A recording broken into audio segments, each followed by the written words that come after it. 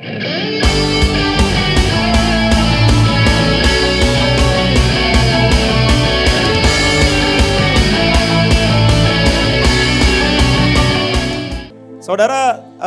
saya senang sekali kalau melayani di Mahanaim, saudara. Siapa yang senang melayani di Mahanaim? Boleh angkat tangannya yang senang. Kalau Ibu Iin dan para pemimpin gak usah ditanya ya, pasti senang gitu kan. Coba yang jemaat pasukan, siapa yang senang melayani Tuhan? Ya, pertanyaannya senang melayani atau senang datang beribadah, saudara?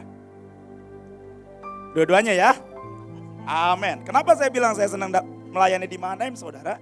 Karena hampir-hampir tidak pernah ditemukan, bukan hampir-hampir tidak pernah ditemukan sih, lebay sih ya kalau seperti itu ya. Saya bersyukur saudara ya kalau misalnya datang di Mahanaim itu disuruh mimpin pujian, disuruh main musik, disuruh khotbah gitu saudara. Dan kadang-kadang itu seringkali di waktu yang bersamaan. Coba saudara perhatikan ya.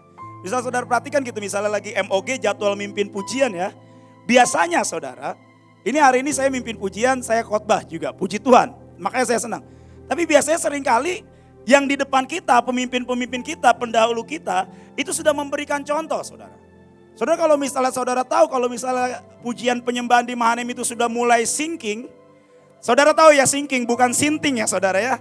Sinking itu apa ya, mulai, ya itu tenggelam, mulai kelebek-kelebek. Sebenarnya mengambil peran penting sebagai pemimpin pujian itu bukan orang-orang MOG ini saudara, tapi Bu Iin saudara. Kalau saudara sering perhatikan, beliau akan mulai kasih kode, nyanyi ini. Kalau nggak nangkep juga, beliau akan naik ke situ. Kalau nggak nangkep juga, beliau akan ambil tongkat Musa, saudara. Enggak lah, udah enggak lagi ya Bu ya. Saya bersyukur saudara, oleh sebab itu saya sangat bersyukur ada di Mahanaim. Dan hari ini saya pengen sharing tentang, ini sesuatu yang nggak pernah saya ceritakan sebenarnya di Mahanaim saudara. Tapi saya pengen cerita tentang yang namanya perjanjian. Wih. Jarang-jarang kan Rolis cerita soal perjanjian. Saudara saya yakin di sini pasti setiap kita ini sudah ngerti tentang yang namanya perjanjian. Sudah tahu lah, betul ya? Sudah tahu tentang perjanjian? Amin ya. Ya, tapi saya belajar sesuatu saudara. Betapa pentingnya dan powerfulnya sebuah perjanjian. Mungkin saudara sudah sering kali dengar yang namanya perjanjian darah. Saudara sudah sering dengar yang namanya perjanjian garam, perjanjian tumen, perjanjian macem-macem lah. Bahkan kita pakai di baju profetik kita tulisin semua perjanjian. Tapi pertanyaannya saudara, apakah kita benar-benar mengerti kuasa daripada perjanjian itu? Dan saya hari ini gak cerita tentang perjanjian darah, saya hari ini gak cerita tentang perjanjian garam, hari ini saya gak cerita tentang perjanjian yang detail-detailnya. Tapi saya mau cerita tentang perjanjian yang namanya perjanjian, validasi daripada perjanjian, sekalipun itu diberikan kepada orang yang tidak masuk hitungan, saudara. Halo? Jadi buat saudara-saudara yang berpikir bahwa hari ini, hidupku ini sebenarnya gak seperti orang-orang di Mahanaim yang melayani Tuhan, gak seperti para pemimpin, gak seperti orang-orang yang dapat kesempatan melayani di mesbah, melayani di tahta. Dan kemudian kita berkata, aku ini gak bakal pernah bisa dapatkan sebuah perjanjian seperti yang mereka terima. Aku mungkin gak akan pernah bisa pelayanan sampai ke bangsa-bangsa. No, enggak saudara. Kenapa saya bilang enggak? Karena di Alkitab ada ditulis tentang yang namanya Gibeon. Saudara tahu Gibeon? Tahu ya? Yang kita tahu Gibeon itu bangsa apa? Bangsa penipu, betul enggak? Sehingga kalau misalnya kita ditipu sama teman kita atau sama orang, kita bilang, wah lu digibeonin lo. Yang kita tahu tentang Gibeon adalah bangsa penipu. Betul apa betul? Ini di sini pada baca Alkitab kan saudara? Gibeon, bukan Gideon ya saudara ya. Saya mau cerita tentang Gibeon. Ini waktu saya pelajari dalam 1-2 bulan ini, wow. Dan hati saya sangat-sangat menyala saudara. Kenapa? Gibeon itu saudara, mereka itu, nah kita buka deh sama-sama ya, kita buka di dalam Yosua 9. Kita buka bersama dalam Yosua 9, saya berdoa saya akan cepat hari ini. Saya berdoa saya akan tepat. Amin. Hari ini tepat dalam nama Yesus. Kita buka di dalam Yosua 9. Yosua 9 ayatnya yang ketiga. Kalau kita baca perikopnya di sini dikatakan akal orang Gibeon ya. Kita buka ayatnya yang ketiga mulai ya. Demikian firman Tuhan. Tetapi ketika terdengar kepada penduduk negeri Gibeon apa yang dilakukan Yosua terhadap Yeriko dan Ai, maka mereka pun bertindak dengan memakai akal. Mereka pergi menyediakan bekal, mengambil karung yang buruk-buruk untuk dimuatkan ke atas keledai mereka, dan kirbat anggur yang buruk-buruk, yang robek dan yang dijahit kembali. Dan kasut yang buruk-buruk dan ditambal untuk dikenakan pada kaki mereka, dan pakaian yang buruk-buruk untuk dikenakan oleh mereka, sedang segala roti bekal mereka telah kering, tinggal remah-remah belaka. Nah, ini yang orang Gibeon lakukan. Mereka ambil pakaian buruk, sepatu buruk, roti yang udah kering, seolah-olah tinggal remah-remah. Ayat 6. Demikianlah mereka pergi kepada Yosua ke tempat perkemahan di Gilgal. Berkatalah mereka kepadanya dan kepada orang-orang Israel itu, kami ini datang dari negeri jauh. Perhatikan ini baik-baik saudara. Sekarang ikatlah perjanjian dengan kami. Ini yang menarik dari orang Gibeon saudara. Di ayat ketiga dikatakan ketika orang Gibeon itu mendengar apa yang dilakukan Yosua terhadap Yeriko dan Ai. Di Alkitab itu banyak sekali kabar berita yang nyampe kepada sebuah penduduk yang harusnya dibinasakan oleh orang-orang Israel. Dan pada waktu penduduk itu mendengar kabar tentang kebesaran yang dilakukan Tuhan, tiba-tiba bukan muncul kegentaran doang kalau menurut saya saudara. Tapi muncul yang namanya iman dan percaya. Itu yang membuat orang-orang yang tadinya tidak masuk hitungan ini, mereka mendengar tentang Tuhan, maka timbul kegentaran karena percaya kepada Tuhan itu sanggup menghukum orang-orang yang bukan pilihan Tuhan. Contohnya siapa? Gibeon. Contoh yang lain di Alkitab siapa? Rahab saudara. Rahab itu mendengar. Contohnya siapa lagi? Perempuan yang sakit pendarahan. Mereka mendengar kabar berita tentang Yesus, maka iman percaya timbul sehingga mereka gentar akan nama Yesus. Mereka gentar akan nama Tuhan dan mereka menjadi percaya. Kalau Tuhan bisa binasakan Yeriko sama Ai, artinya Tuhan bisa binasakan kita. Dan hari itu mereka memilih untuk percaya, mereka akal-akalin dengan cara mereka yang luar biasa itu, supaya mereka dapat perjanjian. Karena apa yang saya pelajari yang namanya perjanjian itu ternyata bukan hanya untuk kita ini mendapatkan benefit saudara. Jadi kalau saudara cuma sekedar kita berpikir bahwa waktu kita mengangkat perjanjian supaya kita sekedar diberkati, itu kita terlalu apa ya saudara? Itu terlalu dangkal saudara. Tapi yang namanya perjanjian itu sanggup menyelamatkan. Itu sanggup menyelamatkan. Ini orang Gibeon ini sebenarnya siapa sih orang Gibeon ini? Orang Gibeon itu disebutkan, kalau misalnya menurut sejarah ya saudara ya. Orang Gibeon itu, sebentar. Mereka itu bapak leluhurnya itu Hewi saudara. Kalau saudara tahu tentang Hewi itu adalah yang dulu pernah memperkosa Dina. Anak daripada Yakub. Hewi itu artinya ular. Itu sebabnya Yesus berkata hendaklah kamu cerdik seperti ular. Dan tulus seperti merpati. Nah Hewi ini adalah bapak orang Gibeon. Sehingga orang-orang Gibeon ini, mereka ini pakai akal. Mereka tahu harusnya jatah mereka itu dibinasakan. Dan kalau misalnya kita baca di Alkitab saudara ya, seringkali tuh ya orang-orang yang tidak masuk hitungan, itu justru Tuhan angkat loh saudara. Karena apa? Karena sebuah reaksi dan respon yang benar di hadapan Tuhan. Nah saya berdoa untuk setiap kita ini, yang kita setiap kali datang hari Sabtu, bahkan Minggu, bahkan Senin, kita cuma tidak mendengar saja saudara, tapi mendengarkan. Bayangin saudara ya, kita ini kan di tempat ini kan hamba-hamba Tuhan sering cerita bahwa kita ini di tempat ini selalu dikasih makanan yang terbaik. Betul ya? Itu kan yang membuat saudara selalu datang ke tempat ini kan? Karena segala sesuatu yang kita haus, yang kita lapar, kita selalu dipuaskan dengan itu. Tapi jangan cuma sampai dimakan, saudara. Jangan cuma sampai didengar, tapi benar-benar mendengarkan. Saya itu belajar sampai awal tahun 2022 ini waktu saya berdoa sama Tuhan. Tuhan itu berkata, "Nah, kamu ini terlalu malas." Dan saya nggak berani membantah Tuhan saudara, karena memang saya terlalu malas. Saya malas deklarasi. Saya malas memperkatakan firman. Saya malas ngangkat perjanjian. Serius. Karena apa? Tuhan itu jelasin kepada saya, karena kamu masih belum mengerti apa itu perjanjian. Kalau kamu mengerti apa itu perjanjian, maka kamu tidak akan pernah anggap remeh yang namanya perjanjian. Tuhan itu menganalogikan kepada saya perjanjian itu seperti apa, saudara? Seperti bernafas, saudara.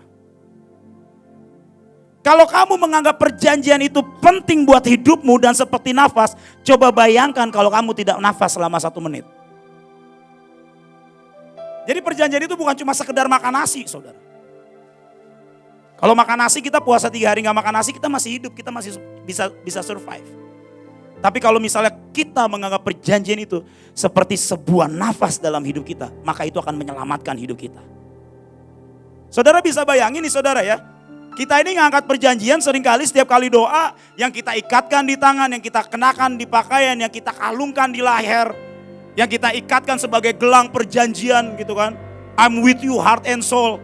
Saudara bisa bayangin ya, tanpa sebuah pengertian, tanpa sebuah respect, tanpa sebuah pengenalan, dan kita berharap cuma sekedar dipakai dan aku akan terima itu.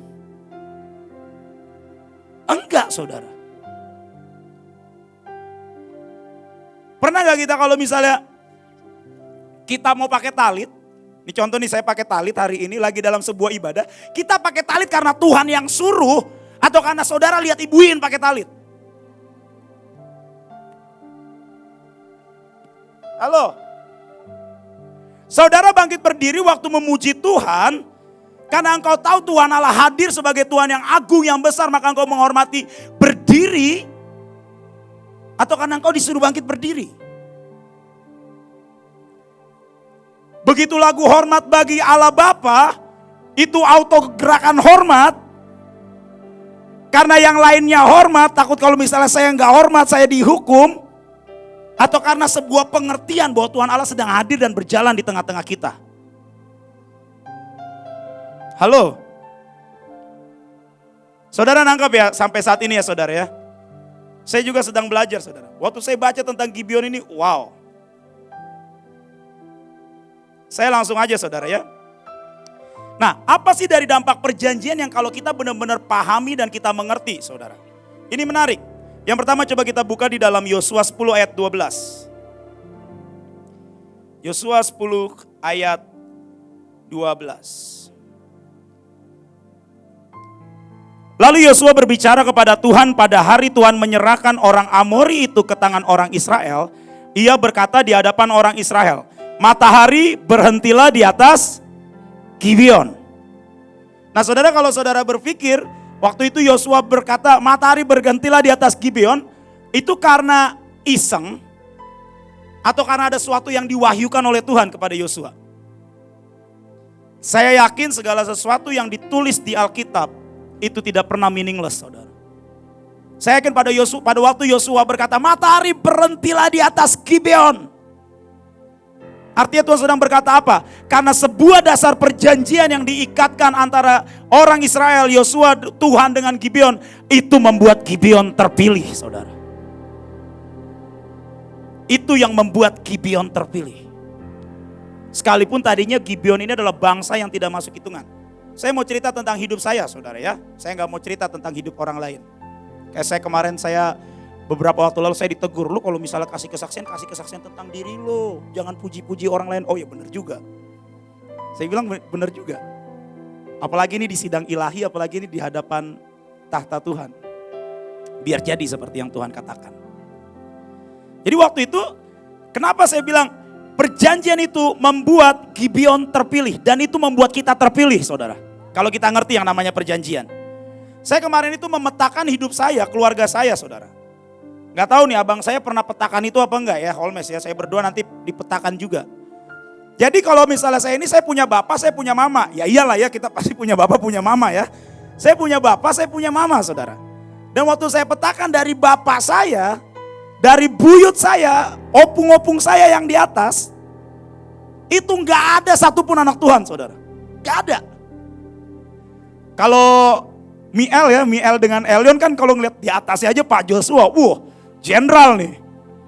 Di atasnya lagi, panglima nih. Di atas jenderal ada panglima, di atasnya lagi ada raja nih. Gitu kan.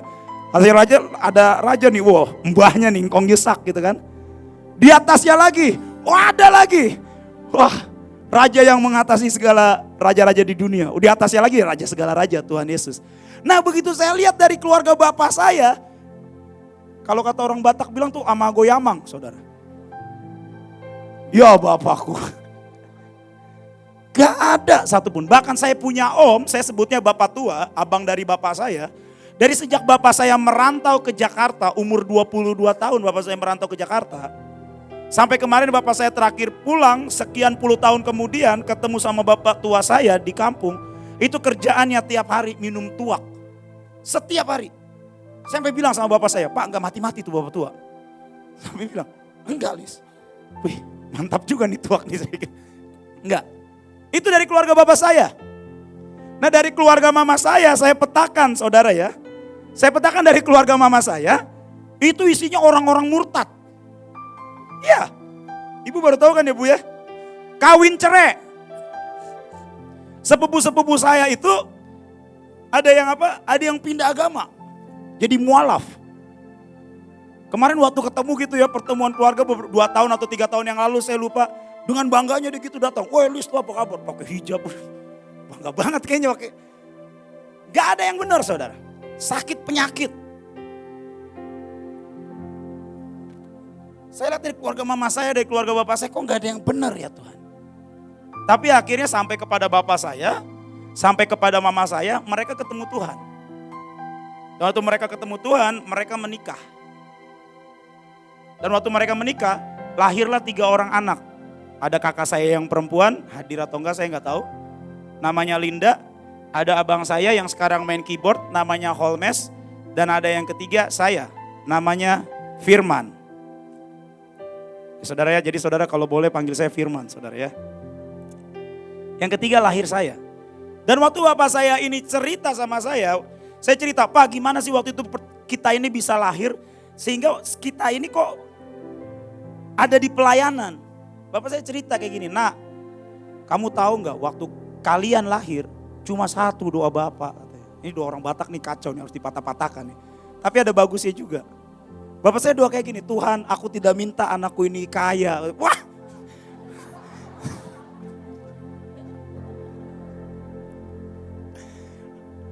Digantikan dengan melimpah ya saudara ya.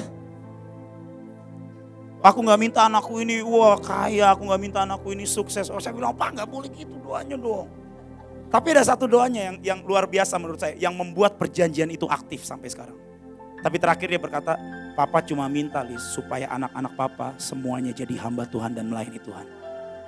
Serius saudara. Saudara kalau itu bukan perjanjian itu apa saudara? Tapi kita tetap punya misi ya Mes ya. Kita harus patahkan setiap kutuk itu.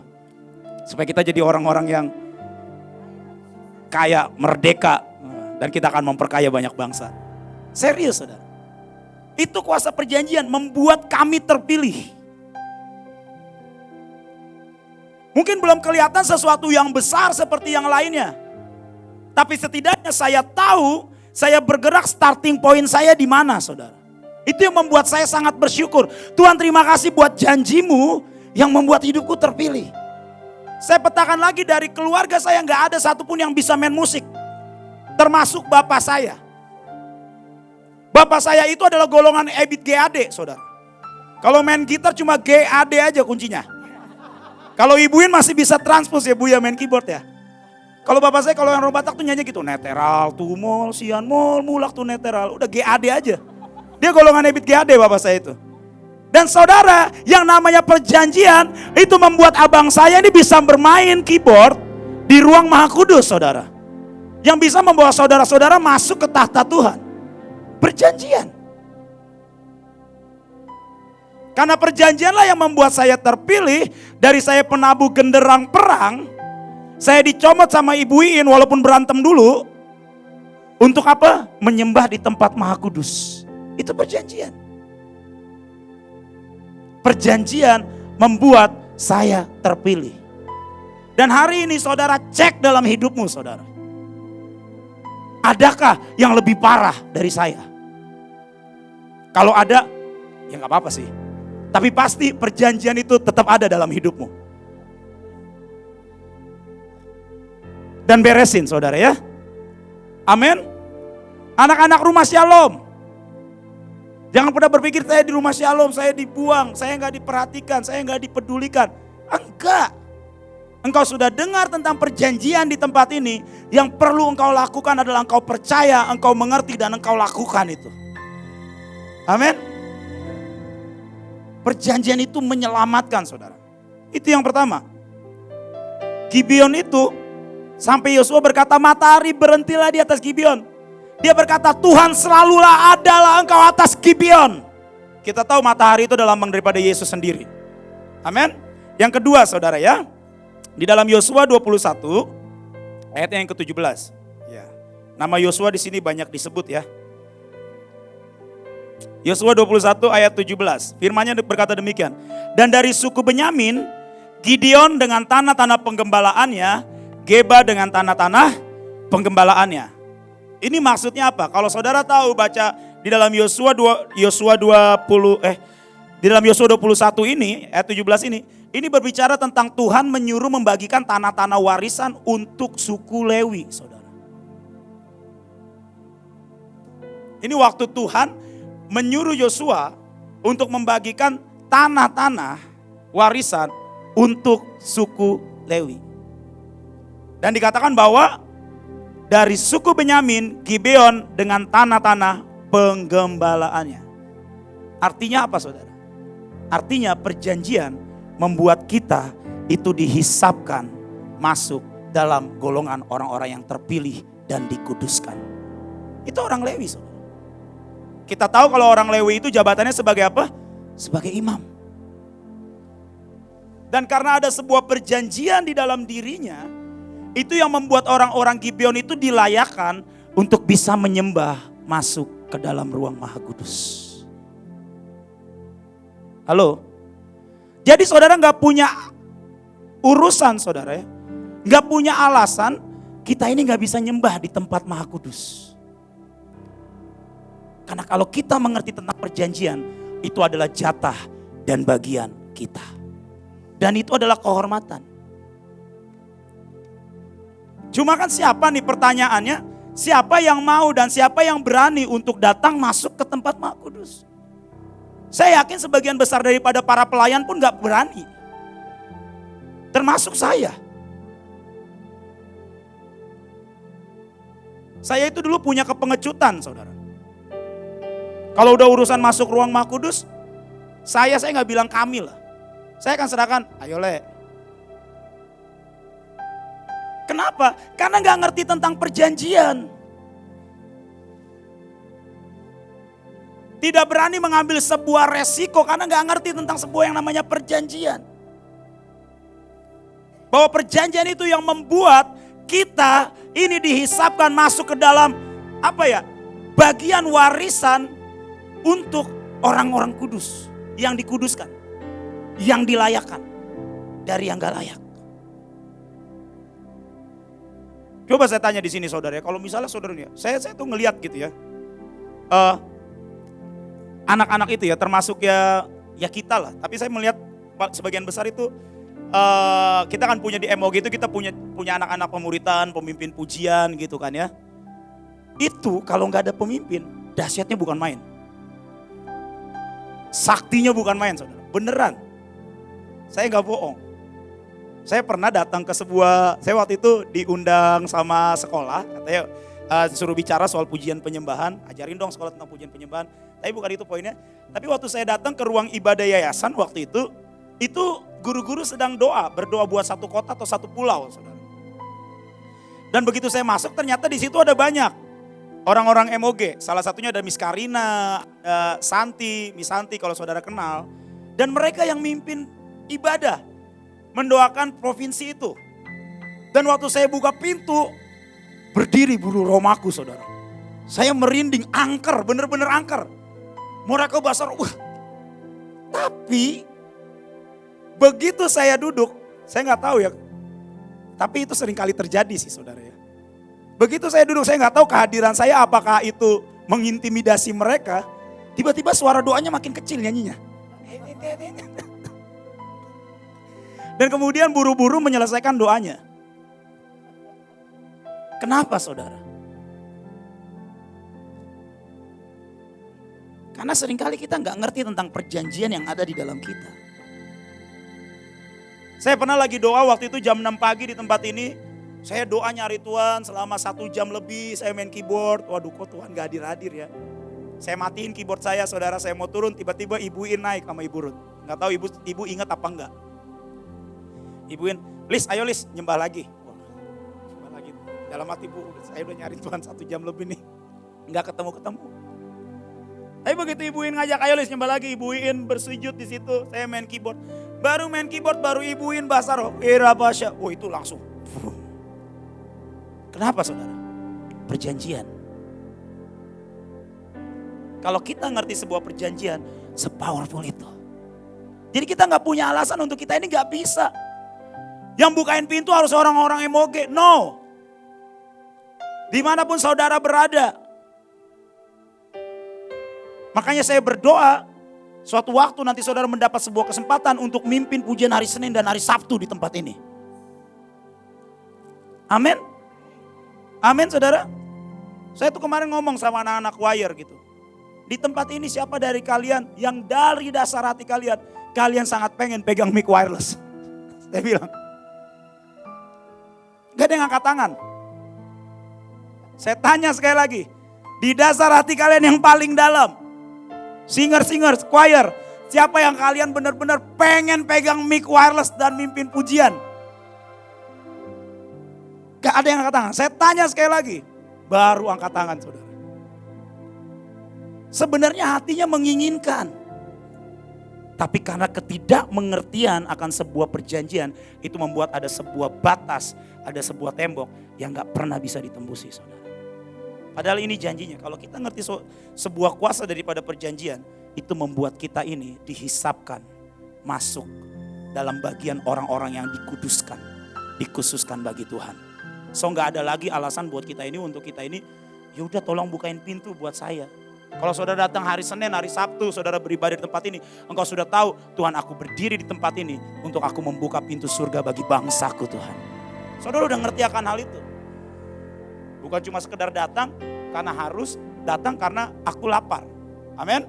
Yang ketiga, ini menarik juga saudara ya. Yang ketiga, saya ada 4 poin hari ini. Yang ketiga, kita buka sama-sama di dalam 2 Samuel 21 ayatnya yang pertama. 2 Samuel 21 ayatnya yang pertama. Dalam zaman Daud, terjadilah kelaparan selama 3 tahun berturut-turut. Lalu Daud pergi menanyakan petunjuk Tuhan. Berfirmanlah Tuhan pada Saul dan keluarganya melekat hutang darah karena ia telah membunuh orang-orang Gibeon. Nah, yang ketiga, perjanjian itu membuat kita ini akan selalu diingat dan itu akan berlaku dari keturunan sampai keturunan. Halo? Itu berlaku dari keturunan sampai keturunan. Saudara, kalau saudara hitung saudara dari zaman Yosua untuk sampai kepada zaman Daud, itu terbentang sebuah jarak waktu yang cukup jauh saudara. Tapi pada waktu zaman Daud, terjadi kelaparan 3 tahun. Dan Daud menanyakan Tuhan, Tuhan ini kenapa terjadi kelaparan? Ternyata Saul itu membinasakan orang Gibeon. Itu membuat perjanjian itu aktif saudara. Diingat dari keturunan sampai keturunan.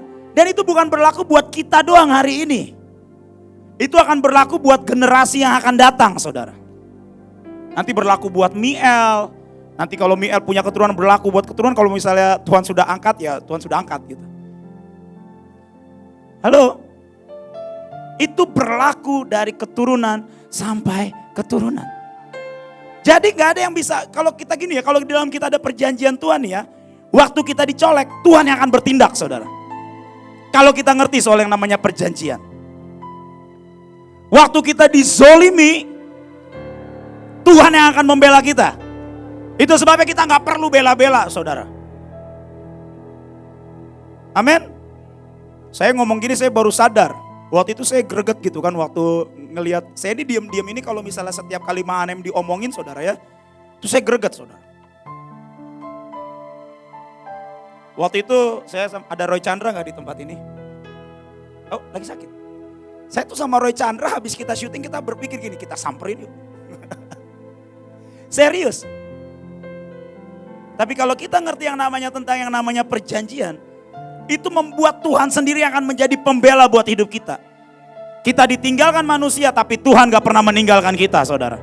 Saudara lihat yang namanya lawatan itu senantiasa selalu terjadi. Berkesinambungan saudara. Saudara gak lihat apa saudara? Ini sebentar lagi Bali saudara. Dan saudara gak excited? Halo?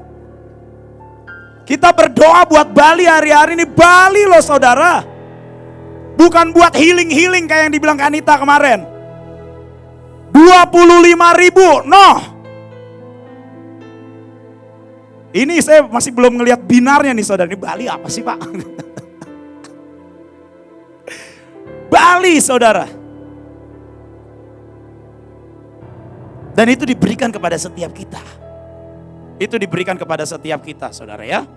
Jadi saya berdoa kita benar-benar mengerti hari ini bahwa perjanjian itu membuat kita ini diingat saudara. Bahkan sampai keturunan kita. Tuhan gak pernah lupa. Kalau kita dicolek, Tuhan yang pasang badan. Gak main-main loh saudara. Zaman Daud. Siapa yang gak kenal Daud? The man after God's own heart. Bahkan di zaman orang yang memerintah, orang yang dikatakan berkenan melekat di hati Tuhan, kuasa perjanjian itu, Tuhan itu namanya Jehovah. Dia gak bisa ingkar dengan perjanjian. Kalau ada sebuah perjanjian dan perjanjian itu dilanggar, maka perjanjian itu otomatis bertindak hukumnya saudara. Sekalipun itu di zaman Daud. Jadi so pastikan setiap kita benar-benar mengerti akan setiap perjanjian yang kita hidupi hari-hari ini. Yang terakhir saudara ya. Kita buka sama-sama di dalam 2 Samuel 21 ayat 3. Ini sih menurut saya ini salah satu yang menarik. Kalau buat saya sendiri ini keren saudara. 2 Samuel 21 ayat 3. Daud berkata kepada orang-orang Gibeon, apakah yang dapat kuperbuat? Bayangin, Daud ngomong ke orang Gibeon as a king. Sebagai raja. Apakah yang dapat kuperbuat bagimu dan dengan apakah dapat kuadakan penebusan supaya kamu memberkati milik pusaka Tuhan. Daud sebagai raja begging saudara. Sebagai raja. Dan apa yang Tuhan mau katakan lewat ayat ini? Perjanjian itu membuat kita diangkat sejajar bahkan lebih tinggi daripada raja-raja dunia. Saudara masih gak yakin nih. Hey, saudara sudah melihatnya atau belum sih? Kalau saya sudah melihatnya, saya yakin para pemimpin juga sering melihat itu. Kenapa saudara? Karena perjanjian itu membuat hukum-hukum di dunia ini seolah-olah tidak berlaku buat kita. Saudara lihat gak sih? Mungkin hari ini sederhana saudara. Bukan sesuatu kita angkat perjanjian darah. Enggak, kita ngerti dulu deh. Sepowerful itu. Bahkan Gibeon yang tidak masuk hitungan. Hari itu bahkan Alkitab mencatat sampai detik ini namanya selalu disebut. Dia diingat sama Tuhan. Dia dipilih sama Tuhan. Dia mendapat bagian menjadi milik pusaka dari orang-orang yang dikuduskan dan dikhususkan buat Tuhan. Dan Gibeon diangkat sejajar bahkan lebih tinggi daripada raja-raja dunia. Saya berdoa setiap kita mengerti hari ini. Dan saya percaya janji Tuhan itu akan tergenapi dalam hidup kita semua. Amin. Mari sama-sama kita berdoa sekali lagi. Bapak terima kasih ya Tuhan Yesus. Buat firman-Mu ya Tuhan. Hamba tahu ya Tuhan hamba sudah selesai ya Tuhan. Hamba bisa menyampaikan menurut porsi yang bisa hamba sampaikan. Tapi mari Tuhan biar Engkau terus ya Tuhan Yesus yang bicara. Roh Kudus kiarata kaya ralama sakarata. Kurabata karina nama syakarata kaya rata kaya. Biar Engkau yang mengalir Tuhan. Bicara. Beri pengertian ya Tuhan kepada setiap kami. Semua yang bukan dari Tuhan, semua yang dari manusia dikebaskan di dalam nama Tuhan Yesus Kristus. Tapi biar yang dari roh Tuhan saja, itu yang membawa kami kepada sebuah pengertian yang ilahi Tuhan. Membuat kami ya Tuhan semakin tahu, semakin sadar. dan semakin mengerti siapa kami di hadapan Tuhan. Terima kasih Tuhan Yesus. Segala hormat, pujian, kemuliaan hanya bagi Yesus Kristus Tuhan saja. Di dalam nama Tuhan Yesus kami berdoa dan bersyukur. Haleluya. Amin. Saya serahkan ke Ibu Iin. Terima kasih.